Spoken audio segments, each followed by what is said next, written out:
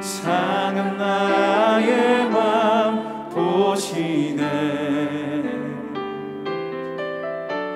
주 나의 눈물 안에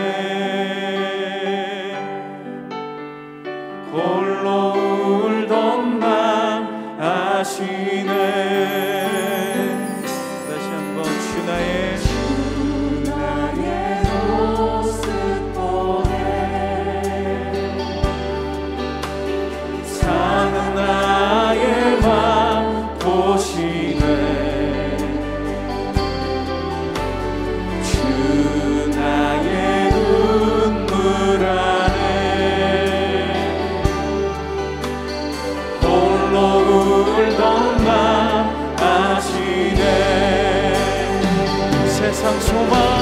세상 소망 다 사라져가고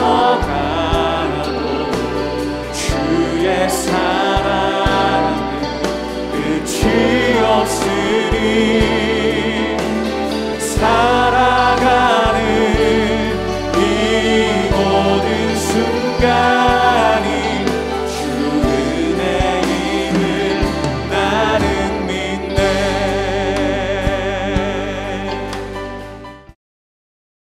왕이 제사장 아비아달에게 이르되 내 고향 아나도스로 가라.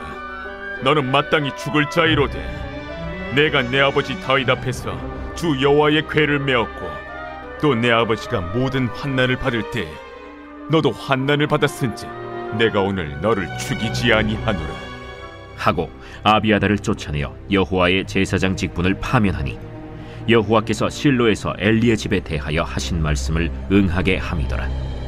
그 소문이 요압에게 들림에 그가 여호와의 장막으로 도망하여 제단 뿔을 잡으니 이는 그가 다윗을 떠나 압살롬을 따르지 아니하였으나 아도니아를 따랐음이더라.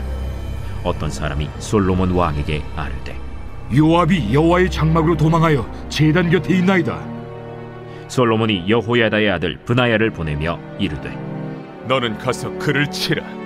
브나야가 여호와의 장막에 이르러 그에게 이르되 왕께서 나오라 하시느니라. 아니라 내가 여기서 죽겠노라. 브나야가 돌아가서 왕께 아뢰어 이르되 요압이 이리이리 내게 대답하더이다. 그의 말과 같이 하여 그를 죽여 묻으라. 요압이 까닭없이 흘린 피를 나와 내 아버지의 집에서 내가 제하리라.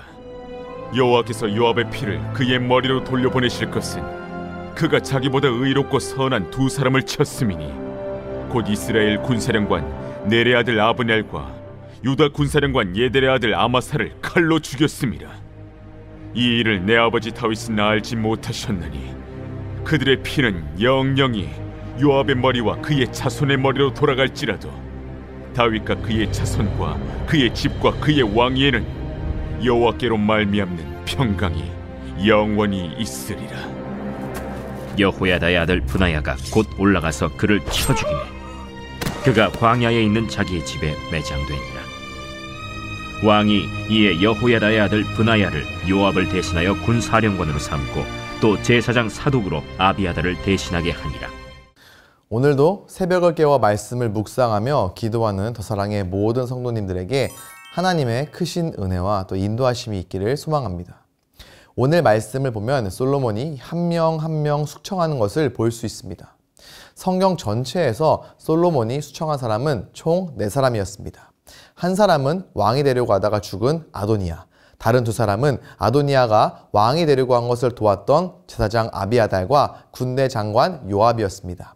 그리고 나머지 한 사람은 이 망명하는 다윗을 따라다니며 저주했던 시므이였습니다. 솔로몬의 이런 숙청은 단순히 인간적인 정적을 제거하는 것이 아니었습니다. 어두웠던 과거를 청산하는, 동시에 하나님께서 허락하실 이 부흥을 가로막는 걸림돌을 제거하는 것이었습니다. 오늘 본문을 보면 제사장 아비아달을 파면하는 것을 우리가 보게 됩니다. 솔로몬은 그가 아도니아 편에 섰다고 해서 죽이지는 않았습니다. 이런 모습은 자연스럽게 그 이전 사울과 비교가 됩니다.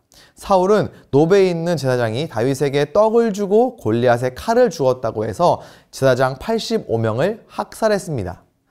제사장이 누구입니까? 왕을 위해서 기도해 주는 사람입니다. 사울은 그런 제사장을 의심해서 다 죽여버린 것입니다.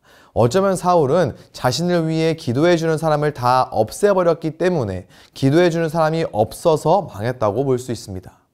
반면 솔로몬은 제사장에게 절대로 손을 대지 않았습니다. 왜냐하면 이 하나님의 기름 부음 받은 자는 하나님께서 치신다는 것을 알았기 때문입니다. 그러나 솔로몬은 오늘 말씀과 같이 아비아달을 파면해서 왕의 제사장이 되지 못하게 하고 고향으로 쫓아버렸습니다. 여기에는 두 가지 이유가 있었는데요. 먼저는 아비아달이 제사장답지 못한 사람이었기 때문입니다. 제사장은 정치와 거리가 멀어야 했고 이스라엘의 어려운 자들과 죄인들을 위해 하나님 앞에서 늘 기도해야 하는 사람이었습니다. 그럼에도 불구하고 아비아달이 아직 하나님의 뜻이 드러나지 않았음에도 아도니아를 왕으로 세우려고 한 것은 이 제사장으로서 가장 하지 말아야 할 일을 한 것입니다. 처음부터 아비아달은 정치적인 제사장의 모습을 보여주었다고 할 수 있습니다. 제사장으로서 그는 누가 왕이 되든지 왕을 위해서 기도하고 약한 백성들의 편에 서서 도와야 할 사람인데 그는 강한 자 편에 붙어서 자기 자리나 유지하려고 했기 때문입니다. 자, 또 다른 이유는요. 제사장 엘리의 저주가 응함이라고 말씀합니다. 27절을 보면은 여호와께서 실로에서 엘리의 집에 대하여 하신 말씀을 응하게 함이더라. 이렇게 기록을 합니다. 엘리 제사장의 두 아들 홈니와 비느하스는 여호와의 제사를 업신여기는 자들이었습니다. 그들은 제사장이면서도 성전에서 수종드는 여인을 범하였고 부하들을 시켜서 제사 드린 고기를 강제로 빼앗아 오게도 했습니다. 그래서 하나님께서는 엘리의 집에 노인이 없을 것이며 그들의 제사장 직분을 빼앗겠다고 말씀하셨는데 이 아비아달이 바로 그들의 자손이었던 것이죠. 이러한 아비아달의 파면을 통해 우리는 한 가지 중요한 사실을 배울 수 있습니다. 그는 다윗과 함께 고생한 사람입니다. 하지만 끝에 가서 이 교만한 본성이 나와서 실패하고 말았습니다. 엉뚱하게 아도니아가 왕이 될 것이라고 찍었다가 제사장의 자리에서 파면당한 이 사실이 얼마나 안타깝습니까? 이 모든 것이 아비아달이 하나님이 주신 자리를 소중히 여기지 않고 하나님께서 주신 직무를 충실하게 다 하지 않았기 때문입니다. 하나님께서는 우리 각 사람을 예배자로 불러주셨습니다. 그리고 그리스도의 몸된 교회에서 할 수 있는 여러 가지 직무들도 주셨습니다. 이것은 결코 부담이 아닙니다. 오히려 특권입니다. 하나님을 아버지라 부를 수 있는 사람들만이 예수 그리스도를 믿는 믿음으로 구원받는 사람들만이 감당할 수 있는 귀한 사역이기 때문입니다. 그 자리가 어떠한 자리인지는 중요하지 않습니다. 사람들이 몰라준다 해도 상관없습니다. 밤이나 낮이나 하나님께서는 우리의 모든 것을 보고 계시기 때문입니다. 이름도 빛도 없다 할지라도 하나님이 보내신 곳, 하나님이 세우신 곳, 그곳에서 주님이 주신 귀한 사역들을 충성스럽게 감당해내는 우리가 될 때 놀라운 은혜를 위로부터 부어주시는 참된 부흥을 우리가 경험할 수 있는 줄로 믿습니다. 아비아달의 파면 소식을 요압이 듣게 됩니다. 그런데 이 소문을 들은 요압의 행동이 조금 특이합니다. 28절 말씀을 보면은 그가 여호와의 장막으로 도망하여 제단 뿔을 잡았다고 합니다. 왜 요압은 제단의 뿔을 잡았을까요? 여기서 제단 뿔을 잡았다고 하는 것은 제단으로 도망쳐서 목숨을 부지하려고 했다는 뜻입니다. 요압은 다윗의 군대 장관으로 많은 승리를 다윗에게 안겨준 군인이었습니다. 하지만 두 가지 사건에서 다윗과 맞지 않았는데요. 하나는 다윗이 사울의 집과 싸울 때에 이 사울의 집 편에서 다윗과 싸웠던 아브넬을 죽인 것입니다. 다른 하나는 압살롬의 반역을 도왔던 아마사가 화해하려고 할 때 자신의 자리가 흔들릴 것을 염려해서 그에게 인사하는 척하면서 배를 찔러 죽인 사건이 있었습니다. 이런 요압을 다윗은 어떻게 할 도리가 없었습니다. 왜냐하면 요압을 따르며 지지하는 사람들이 많았기 때문입니다. 하지만 이 요압 역시나 하나님의 허락도 없이 다음 왕 때까지 한 자리를 해보려고 아도니아를 왕으로 세우는 일에 참여했다가 아비아달이 파면되었다는 소식을 듣고 겁을 먹은 것입니다.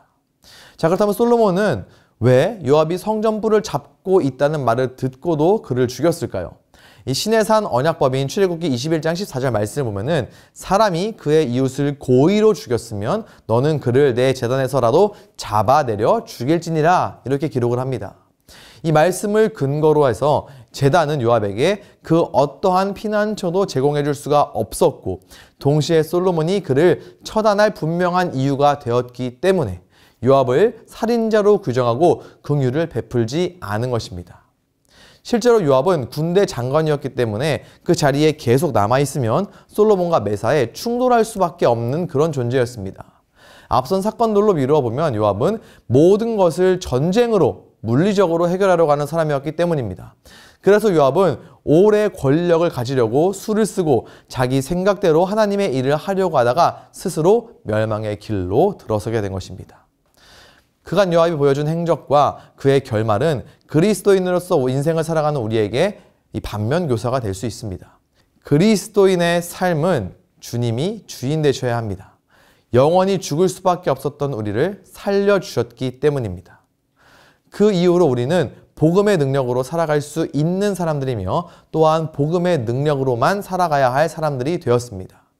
하지만 유혹이 찾아옵니다. 하나님의 뜻을 구하지 않고 혹여 하나님의 뜻을 구했다 할지라도 나의 생각과 판단을 더 의지하고 싶은, 왠지 그게 더 유익이 있을 것 같고 그래서 이 삶의 주인의 자리를 내어드리지 않고 내가 차지하고 싶은 이 유혹과 시험이 들 때가 있습니다. 이 또한 교만입니다. 복음으로 살아가는 우리는 겸손하게 끝까지 하나님을 붙들어야 합니다. 그렇지 않으면 말씀의 요압처럼 나름대로 머리를 쓴다고 했으나 결국 오도 가도 못하는 이 올무에 스스로 걸려들게 됩니다. 오늘 말씀을 잘 기억하면서 불러주시고 또 세우신 자리에서 충성하며 삶의 주권을 내어드리는 것, 그것으로 온전히 하나님만을 의지하여 삶의 부흥, 믿음의 부흥, 위로부터의 부흥을 경험하는 우사사랑의 모든 성도님들이 될 수 있기를 예수 그리스도의 이름으로 간절히 축원합니다. 이 시간 함께 기도하도록 하겠습니다. 먼저 기도하실 때 부르신 자리에서 맡겨주신 사역들을 충성스럽게 감당하는 주의 백성이 되게 하소서. 두 번째로 삶의 주권을 온전히 하나님께 내어드리며 주님만 의지하며 살아갈 때 참된 부흥을 경험하게 하소서. 마지막으로 가을 특세를 준비하시는 이인호 목사님께 성령 충만을 더하시고 그 시간을 통해 우리 모두가 다시 복음으로 무장될 수 있도록 은혜를 허락하여 주시옵소서. 함께 기도하시겠습니다.